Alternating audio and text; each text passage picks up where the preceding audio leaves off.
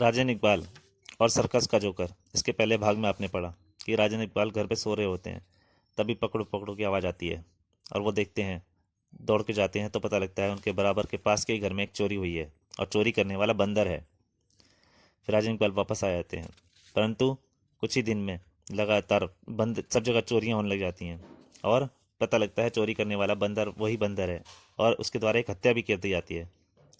और उसी दिन एक इंस्पेक्टर विक्रम सिंह उनके यहाँ आते हैं और कहते हैं कि उनको उनके बस का नहीं है उस बंदर चोर को पकड़ना, कृपया मदद करें। तो राजन इकबाल तैयार हो जाते हैं। अब उसके आगे यही बातें तो हमें भी परेशान कर रही हैं, पर आप चिंता न करें, हम आपकी नौकरी पर आंच नहीं आने देंगे। यानी कि बहुत जल्द वह चोर और हत्यारा बंदर कानून की गिरफ्त में होगा। इंस्पेक्टर के जाने के बाद हमने बंदर को गिरफ्तार करवाने का वादा तो इंस्पेक्टर से कर लिया, पर यह काम होगा कैसे? यही बात तो मैं भी सोच रहा हूँ, राजन बोला।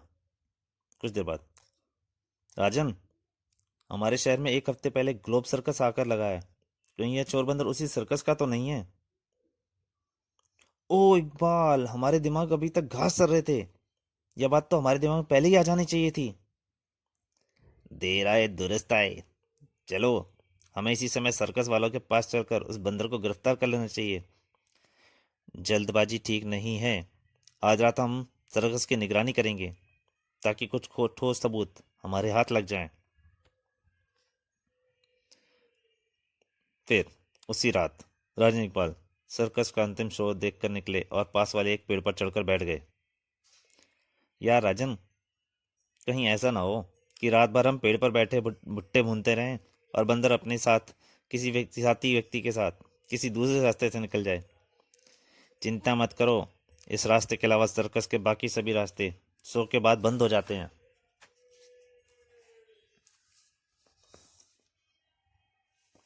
लगभग 1 घंटे बाद राजन इकबाल को सर्कस के एक जोकर निकलता हुआ नजर आया। यार राजन, जरा इस जोकर की हाइट पर ध्यान दो। अगर यह बंदर की खाल पहन ले तो कोई यह नहीं कह सकता कि यह बंदर नहीं है। योर राइट इकबाल, ऐसा ही लगता है। यह बात हमारी उस सोच को सही साबित करती है कि चोरी करने वाली जगहों पर जानबूझकर बंदर के बाल छोड़े गए हैं। तो आओ, करते हैं इसका पीछा। हाँ चलो। राजन इकबाल उसको दोनों उसका पीछा करने लग जाते हैं। पीछा करने के लिए दोनों पेड़ से उतरते हैं। मैं इसके पीछे चलता हूँ, तुम मोटरसाइकिल लेकर आओ, ठीक है? करीब 1 किलोमीटर पैदल चलने के बाद जोकर झाड़ियों में घुस गया। कुछ समझे राजन? समझ गया। जोकर इन झाड़ियों में बंदर की खाल छुपा कर रखता है और थोड़ी देर बाद उन झाड़ियों से एक बंदर निकला। अगले ही पल बंदर एक पर पेड़ पर चढ़ा और एक के बाद दूसरे पेड़ पर छलांग लगाता हुआ आगे बढ़ने लगा। अच्छा हुआ हम अंधेरे में दूर तक देखने वाली दूरबीन साथ लेकर चले थे, वरना इसका पीछा कर पाना बड़ा मुश्किल हो जाता। और आधे घंटे बाद बंदर पेड़ों को छोड़कर एक बंगले में घुस गया। राजन, तुम यहीं रुक कर बंगले पर नजर रखो, मैं इंस्पेक्टर विक्रम को खबर भिजवा देता हूँ, फोन करके आता हूँ। ठीक है, आओ। कुछ देर बाद इकबाल एक टेलीफोन बूथ में इंस्पेक्टर विक्रम को फोन कर रहा था। मैं इकबाल बोल रहा हूँ। इंस्पेक्टर साहब, बंदर को गिरफ्तार करना चाहते हो तो फौरन ही मिस्टर सेज सिंह मिल 70C रतन नगर आ जाइए, हम आपका वहीं इंतजार कर रहे हैं। मैं 10 मिनट में वहां पहुंच चुका हूँ। और बंगले के अंदर वो सोच रहा होता है, बहुत माल है इस तिजोरी में, आज कहीं दूसरा हाथ मारने की जरूरत ही नहीं पड़ेगी। तिजोरी का सारा माल एक थैले में भरकर बंदर जैसे पलटा ही था, तभी इंस्पेक्टर विक्रम सिंह वहां पहुंच गया। तेरा खेल खत्म हो गया बंदर के औलाद, बहुत परेशान कर रखा था तूने। बंदर एक पल के लिए घबराया, पर अगले ही पल उसने थैला छोड़कर रोशनदान की ओर छलांग लगा दी। धाए धाए धाए, पुलिस वालों ने उसके ऊपर गोलियां चला दी। बंदर रोशनदान तक पहुंचने ही सफल हो गया, लेकिन इससे पहले कि वह कमरे से बाहर निकल पाता, ढिशुम, आहा, उसका इकबाल का घूंसा पड़ा उसके ऊपर, ढिशुम।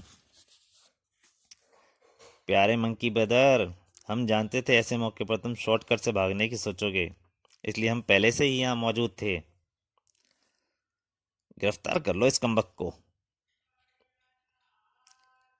तो राजन बोला, एक मिनट इंस्पेक्टर साहब, गिरफ्तार करने से पहले जरा इसकी प्यारी सूरत तो देख लीजिए।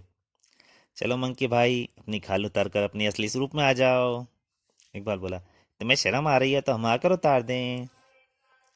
मजबूरन उसे खाल उतारनी पड़ी। ओहो, तो बंदर की आड़ में यह जोकर है, ले चलो इसे, अब जिंदगी भर जेल में चक्की पीसेगा। तुम दोनों के कारण मेरी नौकरी बच गई राजन इकबाल, यह एहसान मैं कभी नहीं भूलूंगा।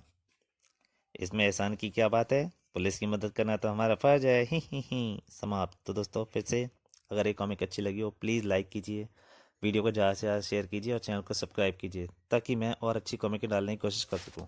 धन्यवाद।